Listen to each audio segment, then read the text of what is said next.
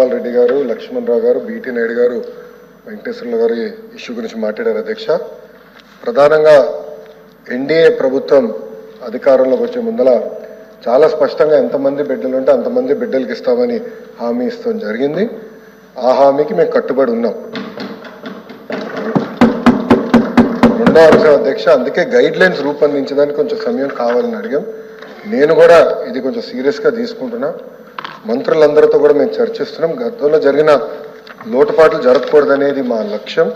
మీరన్నట్టు గతంలో 15,000 రూపాయలని, తర్వాత అది కాస్త నెక్స్ట్ ఇయర్ 14,000కి అయింది, తర్వాత 13,000కి అయింది. 1,000 రూపాయలు టీఎంఎఫ్ అన్నారు, ఇంకో 1,000 రూపాయలు ఎస్ఎంఎఫ్ అని అది డబ్బులు తీసుకుంటాం జరిగింది. అంతేకాకుండా ఎలిజిబిలిటీ క్రైటీరియా కూడా మార్చడం జరిగింది అధ్యక్ష. గ్రామాలు వచ్చే గల 5,000 రూపాయలు నెలకు వస్తే ఆటోమేటిక్గా వాళ్ళు ఎలిజిబుల్ అనేది, 5,000 కన్నా తక్కువ వస్తే ఎలిజిబుల్ అన్నారు. అట్లా మళ్ళీ దాన్ని మార్చారు.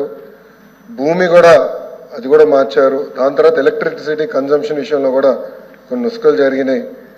ఇంతేకాకుండా పాదయాత్రలో కూడా నేను అనేక మందిని కలిసినప్పుడు వాళ్ళు చాలా స్పష్టంగా, మేము ఇప్పుడు అప్పు చేసి ఒక 4 వీలర్ 4th హ్యాండ్ బండి కొన్నాం అంటే 30,000 రూపాయలు 40,000 రూపాయలు పెట్టి ఒక స్కార్పియో కొనుక్కున్నాం. ఇమీడియట్గా తీసుకున్న వెంటనే మా తెల్ల కార్డు పోయింది, దానివల్ల మాకు రావాల్సిన సంక్షేమ కార్యక్రమాలన్నీ పోయినాయని వాళ్ళు నాకు చెప్తాం కూడా జరిగింది. ఇది కూడా మేము డిస్కస్ చేస్తున్నాం. ఎందుకంటే గ్రామ సచివాలయం, వార్డు సచివాలయాలు స్వామి గారి కింద ఉంది, మళ్ళీ ఆర్టీజీ నా కింద ఉంది. మీ ఇద్దరం కూర్చుని డేటాని కూడా ప్యూరిఫై చేయాలి, పకడ్బందీగా ఇది అమలు చేయాలనేది లక్ష్యంతో మేము చేస్తున్నాం అధ్యక్ష. సో మీకు ఎలాంటి సందేహంలో అవసరం లేదు. అర్హులు ఎంతమంది ఉన్నా ఇవ్వాలనేదే ఎన్డీఏ ప్రభుత్వం లక్ష్యం. అది మేము సాధిస్తాం. రెండోది, ఇది బోర్డు ప్రభుత్వం ప్రైవేట్ పాఠశాలలకు వెళ్ళే విద్యార్థులకి వర్తిస్తుంది.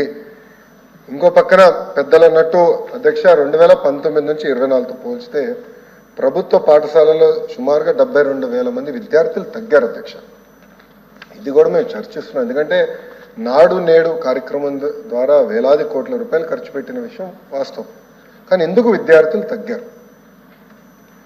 గత ప్రభుత్వం సిబిఎస్ఈ తీసుకొచ్చింది, సిబిఎస్ఈ మళ్ళీ బోర్డు ఎగ్జామ్స్ అని పెట్టారు, తర్వాత ఐబీ గురించి ప్రస్తావించారు, టోఫుల్ గురించి కూడా ఒక ప్రశ్న ఉంది, దాని గురించి కూడా మాట్లాడతాం. కానీ నిర్ణయాలు తీసుకున్నప్పుడు, విద్యా రంగంలో నిర్ణయాలు తీసుకున్నప్పుడు చర్చించాల్సిన అవసరం ఉంది. యూనియన్లతో మాట్లాడాలి, ఉపాధ్యాయులతో మాట్లాడాలి, అందరినీ కూర్చోబెట్టి ఆమోద్యమైన పరిష్కారం వెతకాల్సిన అవసరం ఉంది అధ్యక్ష. నీ జర్క్ రియాక్షన్ తీసుకోవాల్సిన అవసరం లేదు. అందుకే మీరు చూస్తే నేను మంత్రి కరెక్ట్ ఈ రోజుతో నెల అయింది నేను ఛార్జ్ తీసుకుని. నేను కూడా అధికారులు చెప్పేది ఒకటి, రాబోయే సంవత్సరం ఏం చేయబోతున్నాం రోడ్ మ్యాప్ వేద్దాం, అందరితో చర్చిద్దాం, సంఘాలు అందరినీ కూర్చోబెడదాం, మాట్లాడదాం, వచ్చే సంవత్సరం నుంచి అమలు చేద్దాం. నాకు నచ్చింది కనుక ఇది ఇద్దాం, నాకు నచ్చలేదు కనుక ఇది తీసేద్దాం అనేది కరెక్ట్ కాదు. చర్చించిన తర్వాత నేను నిర్ణయం తీసుకుందాం అనేది ఒక లక్ష్యంగా మేము పెట్టుకున్నాం.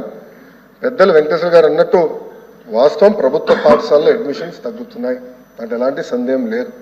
ఒక పక్కన ఎన్డీఏ ప్రభుత్వం రిక్రూట్మెంట్ కూడా చేస్తుంది.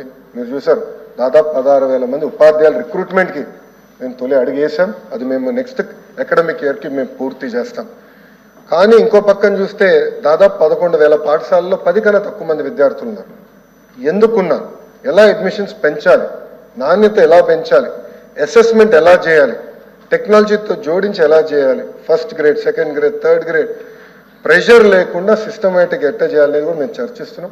పక్క రాష్ట్రాల్లో కూడా ఏం జరుగుతుందో మేము చూస్తున్నాం. అటు ఉత్తరప్రదేశ్లో ఒక మోడల్ ఉంది, ఢిల్లీలో ఒక మోడల్ ఉంది, పక్క రాష్ట్రాల్లో కూడా ఏం జరుగుతుందో అందరం చర్చిస్తున్నాం. అధికారులు కూడా ఒక టీం వేసాం, వాళ్ళు కూడా వెళ్ళి చూస్తున్నారు. వాళ్ళు నివేదిక ఇచ్చినా నేను కూడా వెళ్ళాలనుకుంటున్నా. వెళ్ళి ఏం చేస్తున్నారో మోడల్ చూసి మన రాష్ట్రానికి కరెక్ట్ మోడల్ ఏంటనేది రూపొందించి అది మీ ముందర పెట్టి అందరు అభిప్రాయాలు తీసుకున్న తర్వాత మళ్ళీ ఆంధ్ర రాష్ట్ర ప్రజలు తల్లిదండ్రులు ముందలు పెడతా వాళ్ళ అభిప్రాయాలు సేకరించిన తర్వాతనే వచ్చే అకాడమిక్ ఇయర్ నుంచి మేము అమలు చేస్తాం.